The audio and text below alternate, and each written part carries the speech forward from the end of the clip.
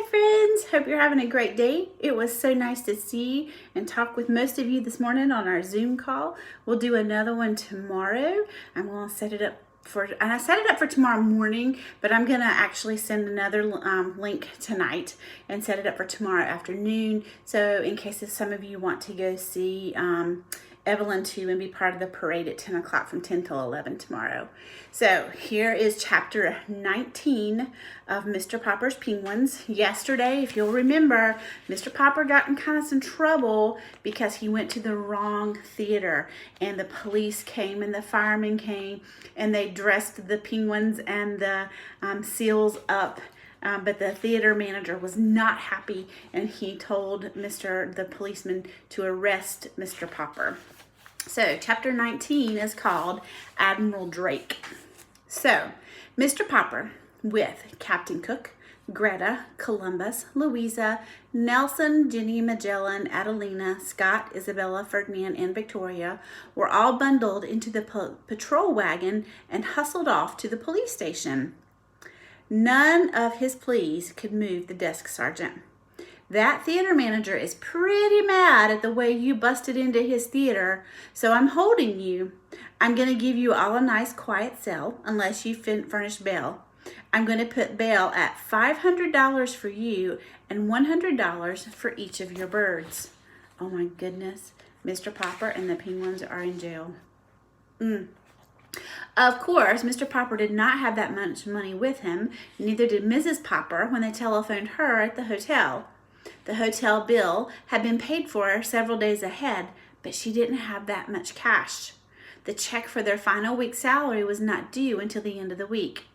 Indeed, it now looked as if the Poppers would never even see that check, since they could not get the penguins out of jail long enough to put on their last act at the Royal Theater.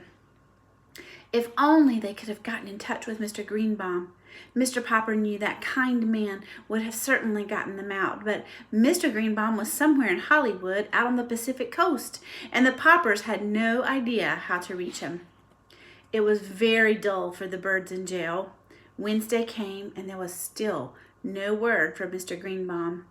Thursday came, and the birds began to droop. It was soon apparent that the lack of exercise, combined with the heat, might just be too much for them. There were no more tricks, no more merry games. Even the younger birds just sat all day in dismal silence, and Mr. Popper could do nothing to cheer them up. Oh my goodness, look at this picture of Mr. Popper and the penguins in jail. They do look super sad, don't they? I wonder what in the world is going to happen. Mr. Popper had a feeling that Mr. Greenbaum would probably turn up at the end of the week to see about renewing the contract, but Friday passed with no news of him. Saturday morning, Mr. Popper got up very early and smoothed his hair. He dusted off the penguins as well as he could, for he wanted everything to look just as presentable as possible in case Mr. Greenbaum should appear. About 10 o'clock, there was the sound of footsteps in the corridor and a jingling of keys, and the door to the cell swung open. "You're free, Mr. Popper. There's a friend of yours here." Oh, I wonder if it's Mr. Greenbaum. Mr. Popper stepped out into the light with the penguins. "You're barely here in time, Mr. Greenbaum," he was about to say, but then as his eyes accustomed to the light, he looked again. It was not Mr. Greenbaum who stood there. It was a great bearded man in a splendid uniform. Smiling, he held out his hand to Mr. Popper. "Mr. Popper," he said, "I am Admiral Drake." "Admiral Drake!" gasped Mr. Popper. "You're not back from the South Pole?" "Yes," said the Admiral. "The Drake Antarctic Expedition ship returned yesterday. You should have seen the reception that New York gave us. You can read all about it in today's paper, but I read about your trouble over having the penguins, and so here I am. I have a long story to tell you." "Could we please go to the hotel to talk about it?" asked Mr. Popper. "My wife will be so anxious to see us back." "Certainly," said the Admiral. And then when they all settled into the pauper rooms at the hotel with the penguins clustered around to listen, Admiral Drake began. Naturally, when I knew I was coming back to America, I often thought about the man to whom I had sent the penguin. It takes a very long time to hear things down there, and I often wondered how you and the bird were getting along. Last night at the mayor's dinner for us, I heard about your wonderful trained penguin act that you have been putting on all over the country. This morning I picked up the paper, and the first thing I read that was Mr. Pauper and his 12 penguins were still being held in jail. But 12 penguins, Mr. Pauper? How on earth? Then Mr. Pauper told how Greta had arrived to keep Captain Cook from being lonely, and how the little penguins had grown, and how the clever little band had saved the day for the paupers when things were looking so bad. It's amazing, said Admiral Drake. I've seen a lot of penguins in my time, but I've never seen such educated ones as these. It certainly shows what patience and training can do. But now to get to my real point, Mr. Pauper. You probably know that I have explored the North Pole as well as the South Pole. Excuse me. Oh, yes, said Mr. Pauper respectfully. I've read books about both your Arctic and your Antarctic expeditions. Well then, said the Admiral, maybe you know why we explorers prefer the South Pole. Could it be on account of the penguins, sir? Asked Janie, who had been listening very hard.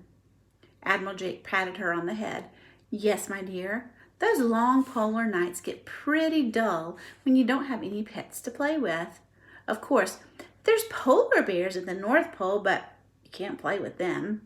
Nobody knows why there are no penguins at the North Pole. For a long time, the United States government has been wanting me to lead an expedition up there for the purpose of establishing a breed of penguins. I must come to the point, Mr. Pauper. You have had such remarkable success with these birds of yours.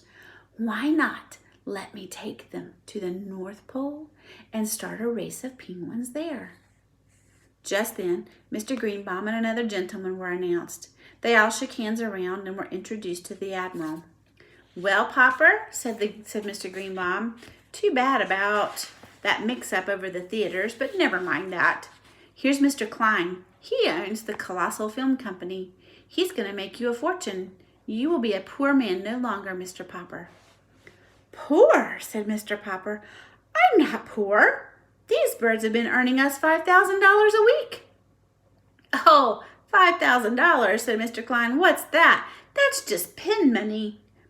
I want to put those birds in the movies, Mr. Pauper. We've got a story department working on stories for them already. Why, I'll put each one of these birds under a contract that will keep you and the missus on Easy Street for the rest of your lives. Papa, whispered Mrs. Pauper, I don't want to live on Easy Street. I want to go back to Proudfoot Avenue. You better consider it, Mr. Pauper, said the Admiral. I can't offer you anything like that. You say those men at the North Pole get lonely because there's no penguins? Asked Mr. Pauper. Very lonely, said the Admiral.